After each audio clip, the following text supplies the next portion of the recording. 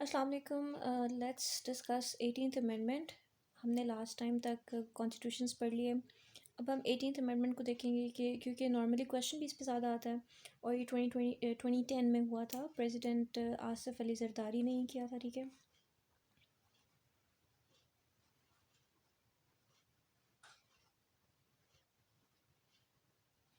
अच्छा, दूसरा ये कि 2/3 आपको नेशनल असम्बली की भी चाहिए होती है मेंबरशिप, या वो लोग वोट करते हैं। एंड 2/3 आपको पार्टिसिपेशन चाहिए होती है सेनेट से। इन दोनों से जब अप्रूव हो जाता है फिर जाता है प्रेसिडेंट, उसको साइन करता है और बिल जो है वो पास हो जाता है। ठीक है। So it was drafted by 26 member committee. Raza Rabbani के अंडर था, कमेटी उनके अंडर थी। ठीक है।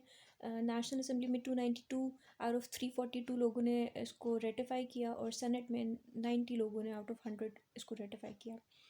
और अब जो है ना सेनेट में 104 सीट्स हैं। पहले 100 हुआ करती थी।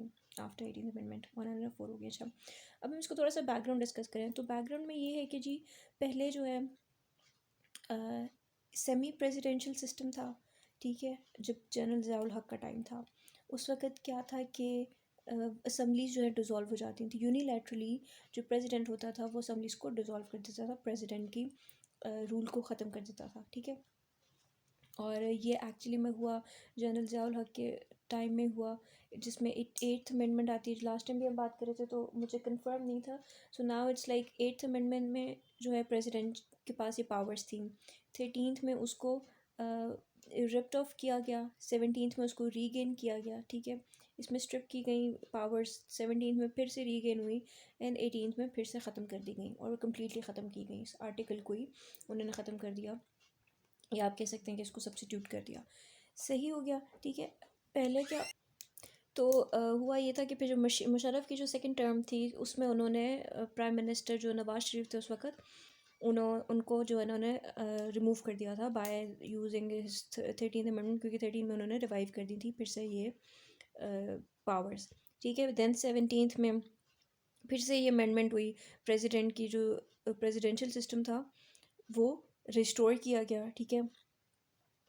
एंड देन टिल 2008 ये चला। ठीक है। तो टोटल कितने टर्म्स ऑफ 8th अमेंडमेंट में पावर्स थी, 13th में उसको स्ट्रिप ऑफ किया गया, 17 में फिर वो रिवाइव हुई एंड 18th में कम्प्लीटली इन पावर्स को ख़त्म कर दिया गया। अब क्या था कि 2008 में जब जरदारी का जब टाइम आया तो उन्होंने क्या किया कि being a president he was the first one जिन्होंने अपनी पावर्स को ख़त्म किया और उन्होंने जो प्राइम मिनिस्टर को सारी पावर्स ट्रांसफ़र की या पार्लियामेंट्री सिस्टम को कम्प्लीटली इंट्रोड्यूस किया, जो कि कॉन्स्टिट्यूशन को एक्चुअल हालत में रिस्टोर किया। ठीक है। प्रोविंशियल ऑटोनमीज़ भी उन्होंने दी। अब इसमें चेंजेस क्या हुए? ठीक है, फटाफट ज़रा चेंजेस देखते हैं कि 18th अमेंडमेंट में एक्चुअली में क्या क्या चीज़ें हुई। 18th अमेंडमेंट में सबसे पहले तो जनरल ज़ियाउल हक का नाम था वो रिमूव किया गया। फिर जो सरहद का जो था नाम NWFP उसको रिप्लेस किया KPK से। ठीक है, खैबर पख्तूनख्वा से।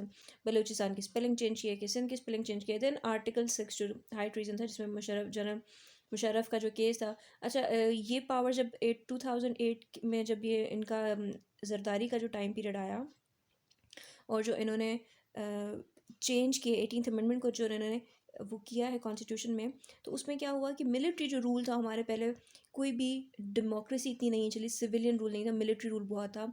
तो वो चीज़ें कम्प्लीटली अब अल्हम्दुलिल्लाह ख़त्म हो चुकी हैं। सही। अब हाई ट्रीजन क्या था कि जी किसी का भी दिल करता था तो वो कॉन्स्टिट्यूशन में चेंजेस कर देता था। तो अब जो है ना आर्टिकल 6 में चेंज करना का मतलब, जैसे जनरल परवेज़ मुशर्रफ के बारे में कहा गया कि जो उन्होंने इस तरह ये आर्टिकल 6 को चेंज कर दिया, कॉन्स्टिट्यूशन में चेंजेस कर दी, और उनको उस वक़्त तक तो हाई ट्रीज़न का कोई ट्रायल नहीं होता था। सही। लेकिन अब आके इन्होंने इसको जब 18th अमेंडमेंट के बाद जो है ये चीज़ें होने लगी हैं तो जनरल परवेज़ मुशर्रफ को इस चीज़ के लिए ट्रायल में उन लेकर आए, बट वो भी ख़त्म हो गया, केस इतना नहीं चला। बट इस पे अब पेनल्टी लग चुकी है कि कोई भी कॉन्स्टिट्यूशन को इस तरह सस्पेंड नहीं कर सकता या उसको चेंज नहीं कर सकता। देन आर्टिकल 10 और 10A इंसर्ट किया गया जिसमें राइट टू फ्री ट्रायल था।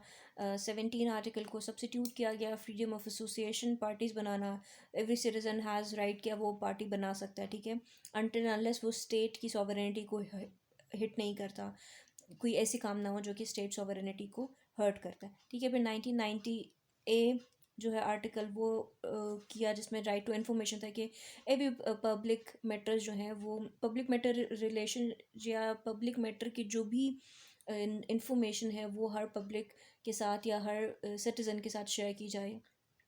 आर्टिकल 25 ए इंसर्ट किया गया कि राइट टू एजुकेशन है वो फ्री एजुकेशन मिलेगी 5 to 16 तक की एज के बच्चों को, ठीक है। देन आर्टिकल 46 को सब्सटीट्यूट किया, president to be kept informed, prime minister shall inform president in all matters. Prime minister unilaterally तो या सोली मतलब वो कुछ भी चीज़ों पर डिसाइड तो कर सकते हैं, बट उसने प्रेसिडेंट को इन्फॉर्म ज़रूर करना है, ठीक है। देन आर्टिकल 58 यही फसाद की जड़ थी उसमें, जिसमें वो डिसोल्यूशन कर देते थे नेशनल असम्बली की, तो ये जो है इसको ख़त्म किया गया। अगर लाइक नो कॉन्फिडेंस वोट अगर होगा प्राइम मिनिस्टर के अगेंस्ट तो हो सकता है, और लाइक डिसोल्यूशन हो सकती है नेशनल असम्बली की ओनली इन दैट मैटर अगर ये प्राइम मिनिस्टर की तरफ से एडवाइज्ड है या कोई बहुत बड़ा कोई मेजर इशू है तो हो सकता है, अदरवाइज़ पहले की तरह नहीं कि प्रेसिडेंट का जब दिल किया उसने नेशनल असम्बली को डिसॉल्व कर दिया। देन 59 आर्टिकल है, इसमें सीट्स बढ़ाई गई सेनेट की 104 कर दी, जिसमें 23 ईच प्रोविंस की हैं, 8 फाटा की हैं और 4 इस्लामाबाद की सीट्स हैं। आर्टिकल 112 को सब्सिट्यूट किया, resolution of provincial assemblies advise by chief minister. Then article 140 to 140 A है, इसको इंसर्ट किया गया, इसमें लोकल गवर्नमेंट है, each province shall by law establish local government system, हर प्रोविंस के, क्योंकि अब प्रोविंशियल ऑटोनॉमी बढ़ गई ना, तो हर प्रोविंस को है कि वो लोकल गवर्नमेंट सिस्टम को बना सकता है। उसके इलेक्शंस भी होंगे लोकल गवर्नमेंट इलेक्शन के, आपने कि कैसे लोकल गवर्नमेंट बनाए तो आप उसके इलेक्शंस भी कर सकते हैं और होने भी चाहिए। Then there comes an appointment of जजेस, वो कैसे हो सकती है, 175 से 175A आर्टिकल है, उसमें क्या है कि supreme court, high court, federal Sharia court है, ये जुडिशल कमीशन होगी, ठीक है, और ये जजेस को अपॉइंट करेंगे। इसमें जो चेयरमैन होगा वो आपका हो जाएगा चीफ जस्टिस ऑफ पाकिस्तान, और मेंबर जिसके फेडरल मिनिस्टर ऑफ लॉ या justice attorney general of Pakistan होगा। फिर मिनिस्ट्रीज़ जो हैं वो डिज़ोल्व हो गई, ठीक है, बहुत सारी मिनिस्ट्रीज़ हैं उनके नाम भी चेंज हुए हैं, और लाइक बहुत सारे जैसे मिनिस्ट्री ऑफ क्लाइमेट है तो उसको मिनिस्ट्री ऑफ एनवायरनमेंट है तो उसको नाम दे दिया मिनिस्ट्री ऑफ क्लाइमेट, इस तरह के बहुत सारे हैं। तो उसमें सब्जेक्ट्स आते हैं कुछ जिसको हम बात करते हैं कि एजुकेशन मिनिस्ट्री होगी, रूरल डेवलपमेंट है, HEC, विमेन डेवलपमेंट है, tourism, social welfare, life stock, agriculture, labour, ये वाली सारी जो मिनिस्ट्रीज है ना ये प्रोविंसेस को डिवॉल्व कर देंगे। लाइक अब इसमें क्या है ना कि जैसा पहले हमने बात की कि दो तीन चीज़ें हुआ करती थी कि एक होती थी पहले फेडरल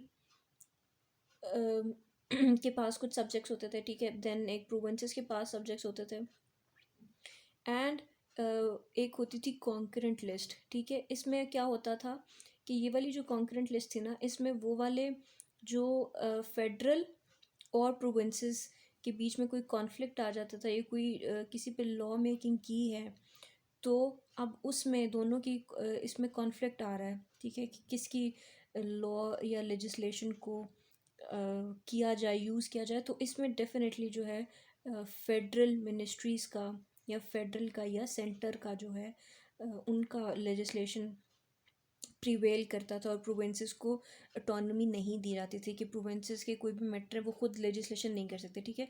तो मिनिस्ट्रीज डिवॉल्व करने का मतलब ये था कि अब यहाँ पे ये एक्चुअली में है कि प्रोविंशियल ऑटोनॉमी आ गई है इसमें, ये वाले जो सब्जेक्ट्स हैं सारे, जो दीज आर द सब्जेक्ट्स, ये सारे सब्जेक्ट्स इनको दिए गए हैं और ये इस पर अपनी मर्ज़ी से लॉ मेकिंग कर सकते हैं, हर प्रोविंस अपनी मर्ज़ी से जो उसको ठीक लगता है वो उस तरह से कर सकता है, ठीक है। देन अमेंडमेंट ऑफ आर्टिकल 177 भी है, जिसमें chief justice of Pakistan and other जजेस ऑफ पाकिस्तान वो प्रेसिडेंट अपॉइंट करेगा in accordance with article 175A, इसमें जो हम ऑलरेडी बात कर चुके हैं, ठीक है।